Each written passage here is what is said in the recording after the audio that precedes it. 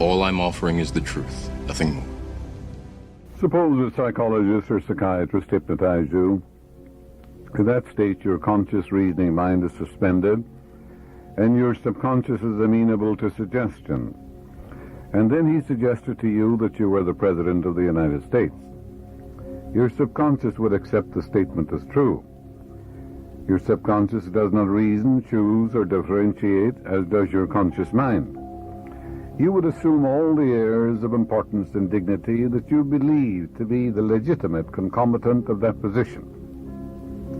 If you were given a glass of water and told you were drunk, you would play the role of a drunkard to the best of your ability. If you told the psychiatrist that you were allergic to timothy grass, and he placed a glass of distilled water under your nose, telling you at the same time that it was timothy grass, you would generate all the symptoms of an allergic attack, and the physiological and physical reactions would be the same as if the water were actually timothy grass. If you were told that you were a beggar on Skid Row, your demeanor would immediately change, and you would assume the attitude of humble suppliance with an imaginary tin cup in your hand. In short, you may be made to believe that you are anything, such as a statue, dog, soldier, or swimmer, and you will act the part suggested with amazing fidelity to the nature of the suggestion, insofar as your knowledge extends of the characteristics of the thing that is suggested. Another important point to remember is that your subconscious mind always accepts the dominant of two ideas. That is, it accepts your conviction without question whether your premise is true or absolutely false. The modern scientific straight-line thinker looks at God as the infinite intelligence within his subconscious mind. He doesn't care whether people call it the superconscious, unconscious, subjective mind, living spirit almighty, or whether they call this supreme intelligence Allah, Brahma, Jehovah, reality, or spirit, or the all-seeing eye. The point is, it is there. It's within you. All the powers of the infinite are within you. God is spirit, however, and the spirit has no face, form, or figure. It is timeless, spaceless, and eternal. The same spirit indwells every man. This is why Paul says that thou stir up the gift of God which is in thee. You're also told the kingdom of God is within you, the book of Luke. Yes, God is in your thought, your feeling, your imagination. In other words, the invisible part of you is God. God is the life principle in you, boundless love, absolute harmony, infinite intelligence. Knowing that you can contact this invisible power through your thought, strip the whole process of prayer from mystery, superstition, doubt, and wonder. The Bible tells you the Word was God. The Word is a thought expressed, as you know, and based what you've already heard, every thought is creative and tends to manifest itself in your life according to the nature of your thought. It stands to reason that any time you discover the creative power, you have discovered God, as there's only one creative power. Not two, three, or 1,000, just one. Hear, O Israel, Israel means an illumined, awakened man. The Lord, the supreme power, our God is one Lord, one power, one presence, one cause, and one substance.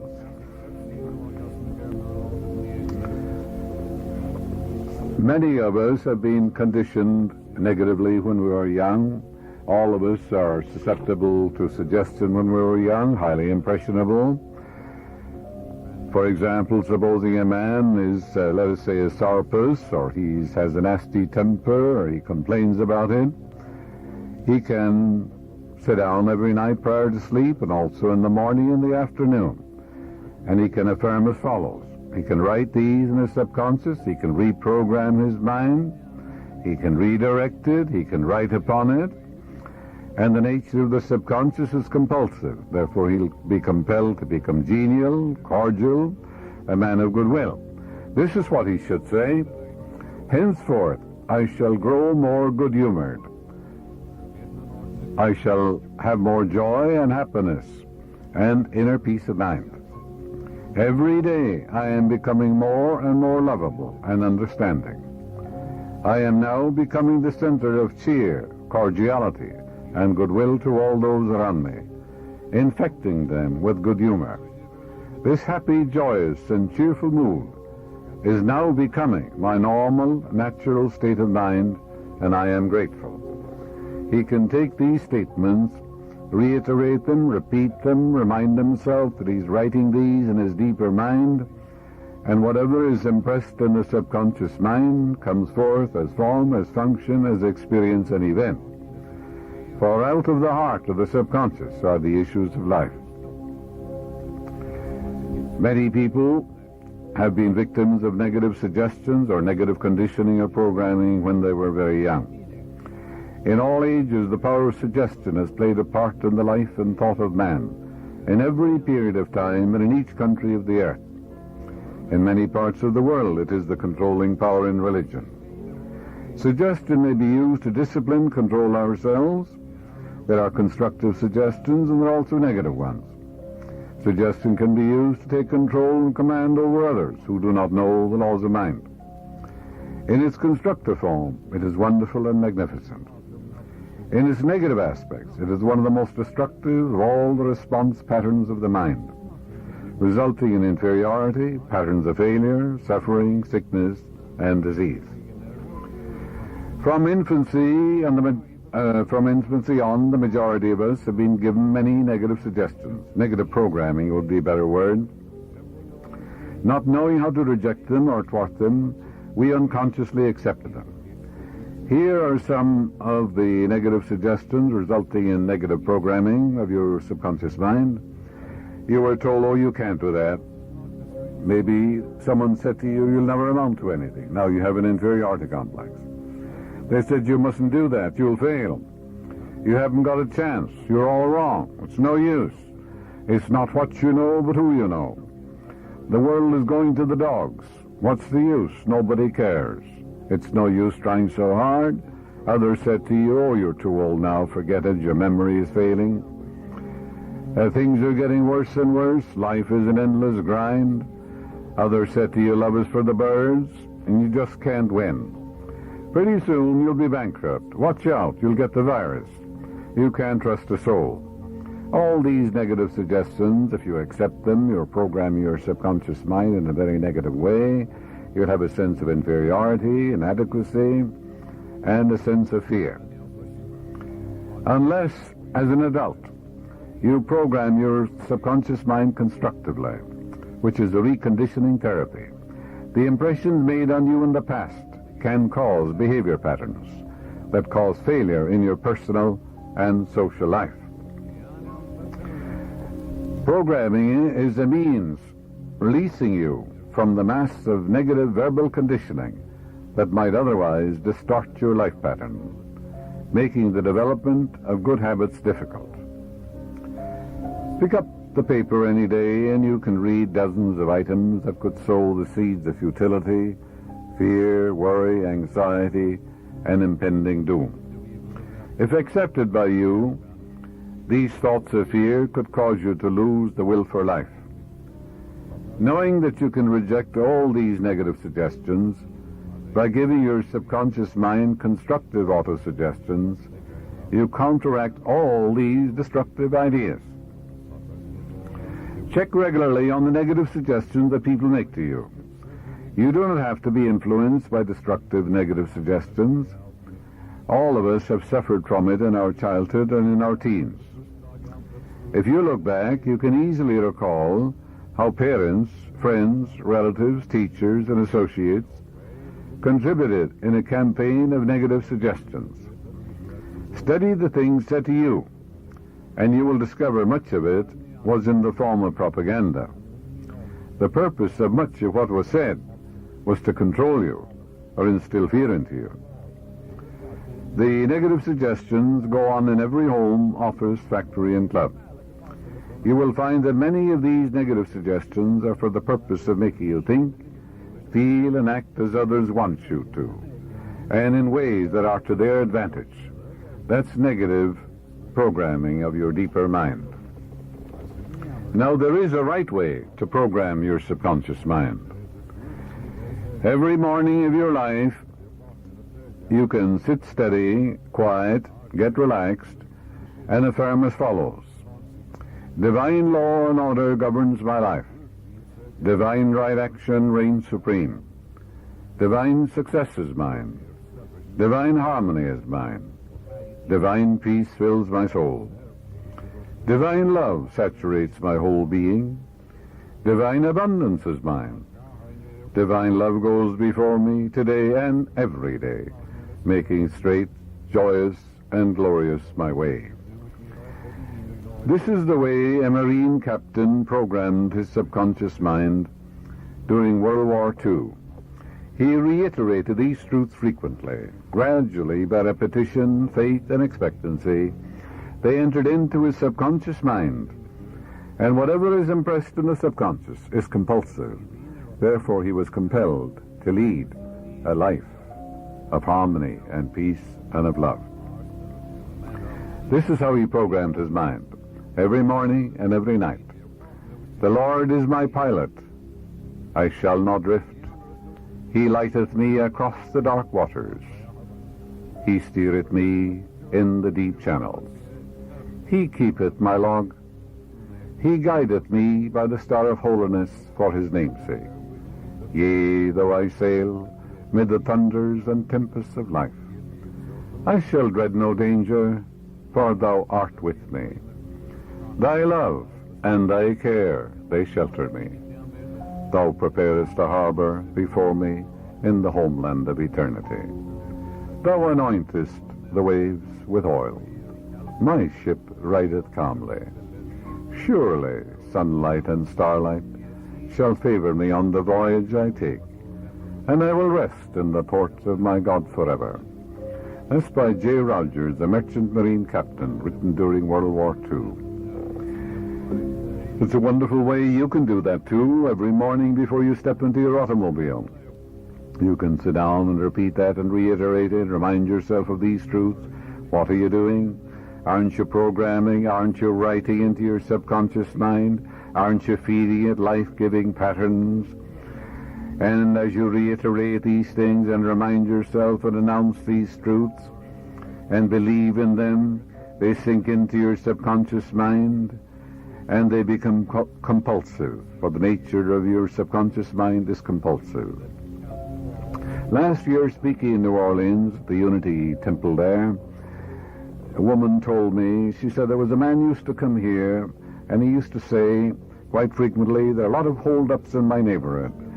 I remain open that night rather late, and I'm going to be held up one of these nights. I'll probably be shot too. And they told him, stop making these negative suggestions. Stop thinking along that line. Well, he kept on doing it. He didn't pay any attention. He kept programming his subconscious negatively, and he was held up, and he was also shot. Now, that's the wrong way. He could have said, he could have taken the 91st Psalm and said, I dwell in the secret place of the Most High. I abide in the shadow of the Almighty. I will say of the Lord, He's my refuge, my fortress, my God, in Him will I trust. Surely He shall cover me with His feathers, and under His wings shall I rest. And the truth shall be my shield and buckler. I shall not be afraid for the terror by night, or the arrow that flieth by day. He could have reiterated these truths. He could have realized the love of God surrounded him and enfolded him. Where he was, God was. He could have said to himself, Thou art my hiding place. Thou wilt compass me about with songs of deliverance. And then he would build up an immunity to all harm. These are spiritual antibodies that immunize you. You become God intoxicated. And that's the right way to program your mind. And a few years ago, a detective told me about a woman who was raped and strangled. In checking her apartment, he found clippings of rape going back for 20 years. That which I greatly feared, Job says, has come upon me. Actually, she was programming her subconscious mind negatively, of course, and she experienced that which she feared. That's the wrong thing to do. Fear is faith upside down. Fear is faith in the wrong thing. We've had politicians running for office who've openly said to newsmen, one man in particular said, I lived in constant fear of assassination, even though he had bulletproof glass in front of him when he spoke, but he announced that to the reporters. Now, of course, he didn't, of course, know the laws of mind. That fear, he didn't know perhaps that he could cast out fear, but he could. I will fear no evil, for thou art with me. Thy rod and thy staff, they comfort me. The rod means the power, and the staff is your authority. To call upon it, it'll answer you. One with God is a majority, and if God be for me, who can be against me? Thou art my hiding place. Thou shalt compass me about with songs of deliverance. The politician could have said, I dwell in a secret place. I'm surrounded by the sacred circle of God's eternal love. The whole armor of God surrounds me. Wherever I go, the light of God surrounds me, enfolds me, and enwraps me. He would render himself invulnerable, invincible, and impervious to all harm. That's the right way to program your subconscious mind. You can build up that immunity. Oh, yes, you can. As a man thinketh in his heart or subconscious, so is he. So does he act, so does he experience, so does he express. This is the law. I'm not talking about thinking in the head. I'm talking about thinking in your heart, your own subconscious. Whatever is impressed there is expressed. Remember, when you're dealing with your subconscious, you're dealing with the power of the Almighty. It's the power that moves the world. It's the power that moves the galaxies in space. It's almighty. There's nothing to oppose it. Consciousness is God. Unconditioned consciousness, sometimes it's called awareness, I am, living spirit almighty. Your consciousness is the union of your conscious and subconscious mind. It's the sum total of your acceptances, your beliefs, your opinions, and your convictions. That's God. That's the only God you'll ever know. Your thought and feeling create your destiny. Consciousness is God because it is the only creative power in your life. And your thought and feeling, yes, is the father of all experience. If you talk about the Father within, well, what fathers everything? Your own thought and feeling. Your conscious and subconscious. Whatever your conscious and subconscious mind agree on, meaning the brain and the heart, comes to pass. True or false, good or bad. You're the one who's choosing. You mold and fashion your own destiny. Your faith in God is your fortune. And your faith should be in the goodness of God, in the land of the living, in the guidance of God, in the harmony of God, in the beauty and glory of the infinite. That's where it should be. You're told no manifestation cometh unto me, save I the Father draw it. The Father is your own thought and feeling. So whatever experiences come to us, there is an equivalent pattern in our subconscious mind. There's always a cause. And that cause, of course, is in our mind. A man said to me that he wanted to succeed and advance in life. In reality, he didn't. He had a subconscious pattern of failure. He had a sense of guilt and felt he should be punished. With his conscious mind, yes, he worked very hard. And he said to himself, in his intellect, oh, I worked very hard. But in his deeper mind, he was programmed and conditioned to failure. He had a sense of unworthiness and a belief which compelled him to fail. He had a picture of failing in his mind. He felt he should be punished, that he was a sinner. The law of your subconscious, you see, is compulsive. That's the power that I mentioned. That's the almighty power. It's the power of God. He learned to reprogram his mind by realizing that he was born to win, born to succeed, born to triumph, for the infinite power is within him. It knows no failure. It's almighty. It created all things. There's nothing to oppose it, challenge it, thwart it, or vitiate it, for it is almighty. It's the only power. Furthermore, he learned he was punishing himself. He started every morning and night and also during the day, and this is what he affirmed. Now you're writing this, he was writing this down with his conscious mind. And this is what he wrote. I am born to win. I'm born to succeed in my prayer life, my relationship with people, in my chosen work, and in all phases of my life. For the infinite is within me, and the infinite can't fail. It's the power of the Almighty moving through me. It's my strength, it's my power, it's my wisdom. Then he said, success is mine, harmony is mine, beauty is mine, divine love is mine, abundance is mine. He reiterated, repeated these truths. He reflected upon them. He reminded himself driving along the road before he went in to see a customer. He announced these truths regularly and systematically, and he didn't deny what he affirmed. And gradually he became a tremendous success because he succeeded in impregnating his subconscious mind by repetition, reminding himself, announcing these things, teaching his thoughts to dwell upon the great affirmatives of life. And as you do this regularly and systematically, wonders will happen in your life. When you were born, no one had to tell you how to find the mother's breast, you know. There was a subjective wisdom guiding you, directing you. Yes, the Bible says, I will write my laws in your inward parts. I will write them in your heart. I will be your God, and you shall be my people. So all the powers of the God are within you, and the laws and the truths of God are written in your own subjective mind. All the vital organs were controlled when you were born, when you were sound asleep.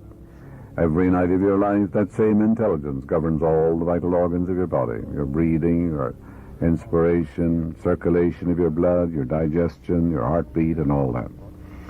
And that's the God presence within you. The presence and power of God are within you. The great eternal truths are there. They were inscribed in your heart before you were born. But all of us have been programmed since birth. Millions of people have been programmed with certain fears, false beliefs, taboos, and strictures and superstitions of the first water. As Quinby said in 1847, every child is like a little white tablet. Everybody comes along and scribbles something on it, you know. Grandmother, grandfather, clergymen, fathers, mothers, sisters, brothers. We receive an avalanche of sights and sounds, beliefs and opinions, and don'ts and fears and doubts. You weren't born with any fears at all, you know. You weren't born with any prejudices. You weren't born with any creedal beliefs or any false or weird concepts of God or life. Where did you get them? Someone gave them to you. Someone programmed you, perhaps negatively. Many were told they were sinners in the hands of an angry God.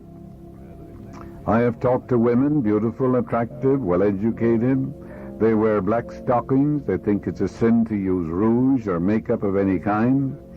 Or wear gold. Oh, that's a terrible sin. To play cards. Cards are of the devil. Or attend movies. All these are sins. When we look at them, they're frustrated, bottled up, inhibited, unhappy. I tell them to wake up, to dress for God. There's nothing in the universe evil. The whole world is here, was here when they were born. All the birds sing for you, and all the animals in the world are here too, and all the stars are in the sky for you to adore and to worship and to be delighted with.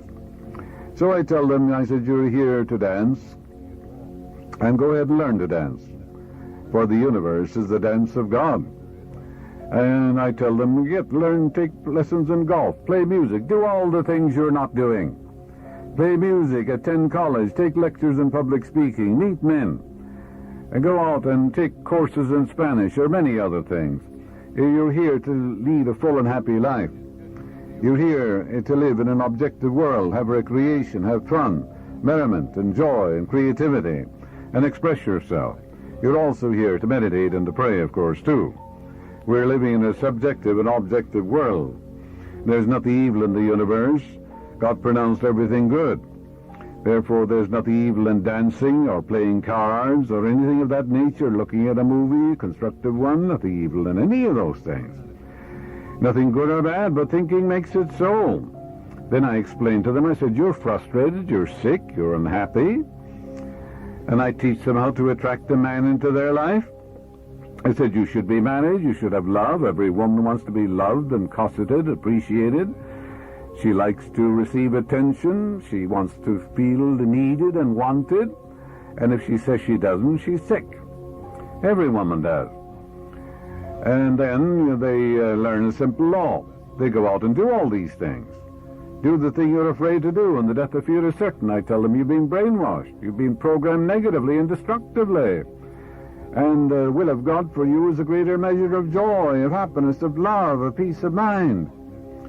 They learn the law of attraction. You should see some of them now coming to the Wilshire Bell Theatre, beautifully dressed, you know. And they have some makeup on too, and they have beautiful rings, sometimes a marriage ring. Oh yes, they have transformed. They have reprogrammed their mind. Infinite Spirit attracts to me the ideal man who harmonizes with me in every way, shape, and form. He is spiritual-minded. He loves my ideals. I love his ideals. He doesn't want to make me over, and I don't want to make him over. He comes without encumbrances. He's the man sent from God. There are harmony, peace, love, and understanding between us. That's the prayer I give them, and I say, now you write that down in your subconscious. Do it with interest. Gradually, like a seed, it will die in your deeper mind and come to pass in ways you know not of. I was taught when I was young that if a boy were indoctrinated with a certain religious belief until he was 7, that no one could change him. Well, of course, it can be changed. It was rather difficult. The boy, of course, is being brainwashed. But they were referring, you see, to that negative conditioning of the mind.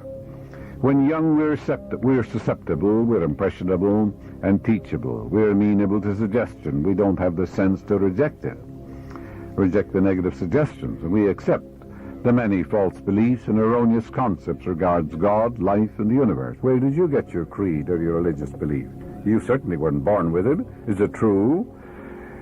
Is it reasonable? Is it illogical and unreasonable? Is it unscientific? If it's unscientific and illogical and unreasonable, it can't be true. There is Pat, for example. He believes the cards are stacked against him. Some fortune teller told him that, I suppose. The cards are not stacked against him. The universe is for him. But he has enthroned that concept and he believes it. His subconscious mind accepts it. This false belief creates a quarrel in his mind, and he thinks people are working against him, that misfortune will follow him, some sort of a jinx is after him. He made that law for himself, and it controls him and governs him. Man's subconscious assumptions, beliefs, and convictions dictate and control and manipulate all his conscious actions. The late Dr. David Seabury told me about a man who was practically crippled, partially crippled anyhow. He had little or no education, and as an experiment in suggestion, he pretended to analyze his potentialities based upon the idea that his mental faculties and character tracks are indicated by the configuration of one's head, also the lines and the configuration in his hand. Seabury told this man who was partially crippled, he said, you're destined to become a great evangelist, a great preacher. God intended you to go forth and preach in a wonderful, wonderful way. This man became active in his particular church, and he became an outstanding preacher, Dr. Seabury said. He accepted and believed that God had ordained him to become a great preacher, and according to his belief was it done to him. And it was just as simple as that. There's only one power, one presence. Your thought and feeling fathers all your experience. How are you programming your subconscious mind? The creative power is one. Do you know one of the greatest of all truths? Hear, O Israel, the Lord thy God is one Lord. One Lord. Israel means a prince ruling with God. Israel means any man who knows his I amness, to be the Lord God Almighty, to be sovereign and supreme. And he gives all his allegiance, devotion, and loyalty to that one power, the living spirit within him. He gives no power to any created thing, to any man, woman, or child in this universe.